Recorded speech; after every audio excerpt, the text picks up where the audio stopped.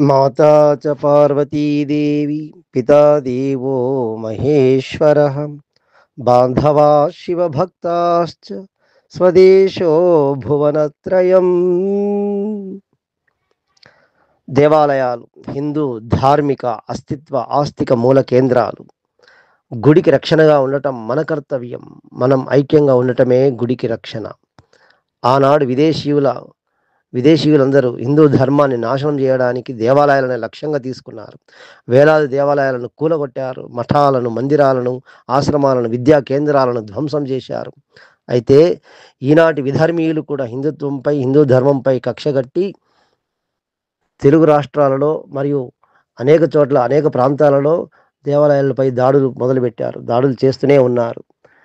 హిందూ సమాజం మేల్కోకపోతే ఇలాంటి దాడులు ఎన్నో జరుగుతాయి. కాబట్టి నెల్లూరు ప్రసన్న వెంకటేశ్వర స్వామి రథం తగలబెట్టారు. అంతర్వేది లక్ష్మీ నరసింహస్వామి దేవాలయం రథం తగలబెట్టారు. విజయవాడ దుర్గమ్మ వెండి రథం ప్రతిమను దొంగిలించారు. పిఠాపురంలో 23 విగ్రహాలను ధ్వంసం చేశారు. అనంతపురం జిల్లా రాయదుర్గం మండలంలో నంది విగ్రహం ధ్వంసం చేశారు. తూర్పుగోదావరి జిల్లాలో వెంకటగిరి గ్రామంలో వినాయక విగ్రహంపై మలం వేసి అపవిత్రం చేశారు. తూర్పుగోదావరి జిల్లాలో హనుమాన్ విగ్రహాలను ధ్వంసం చేశారు. కాకినాడలో నవరాత్రుల కోసం తయారు చేసిన దుర్గామాత విగ్రహాలను ధ్వంసం చేశారు. కర్నూలు జిల్లా పత్తికొండలో ఆంజనేయ స్వామి విగ్రహం ధ్వంసం చేశారు. నెల్లూరు నాయుడుపేట తుమ్మూరులో హనుమాన్ విగ్రహం తోక తల భాగాలను ధ్వంసం చేశారు. విజయనగరంలో శ్రీరాముని విగ్రహం తల నరికి హిందూ సమాజానికి సవాల్ విసిరారు. తిరుపతి దేవస్థానాన్ని నిత్యం అపవిత్రం చేస్తూనే ఉన్నారు.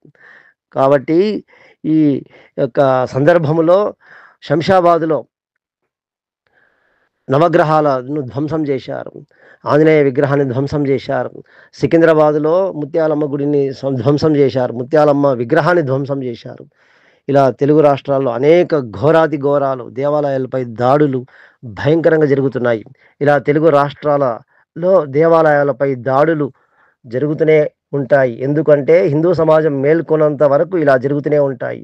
కాబట్టి ఇక హిందూ సమాజము ఉపేక్షించదని, దేవాలయాల భూములను, ఆస్తులను, దేవాలయాలను దోచుకుంటున్న వారిని శిక్షించాలని, దేవాలయాలపై దాడులు చేస్తున్న వారిని కఠినంగా శిక్షించాలని తక్షణమే హిందూ దేవాలయ ట్రస్టులకు, కమిటీలకు, హిందూ దేవాలయ పరిరక్షణ సంస్థలకు స్వయం ప్రతిపత్తిని కల్పించాలని, దేవాలయాలకు స్వయం ప్రతిపత్తిని కల్పించాలని, దేవాదాయ ధర్మాదాయ శాఖను తొలగించాలని ఆంధ్ర ప్రభుత్వాన్ని, భారత ప్రభుత్వాన్ని కోరుతూ సంఘే శక్తి కలవు యుగే అనే విధంగా ప్రపంచ సభలో గర్జన చేసిన వివేకానందుని పిలుపునందుకొని ఆ దిశలోనే ఆదిశంకరుని శంఖారావమై ఆంధ్రప్రదేశ్ హైందవ శంఖారావం విజయవాడ బహిరంగ సభలో ఆదోని నుంచి హిందూ బంధువులందరూ ఆ యొక్క ధర్మాచారులు, సాధు సంతుల యొక్క విశ్వ హిందూ పరిషత్ యొక్క పిలుపుని అందుకొని విజయవాడలో ఆదోని నుంచి హిందూ బంధువులందరూ ఐక్యమై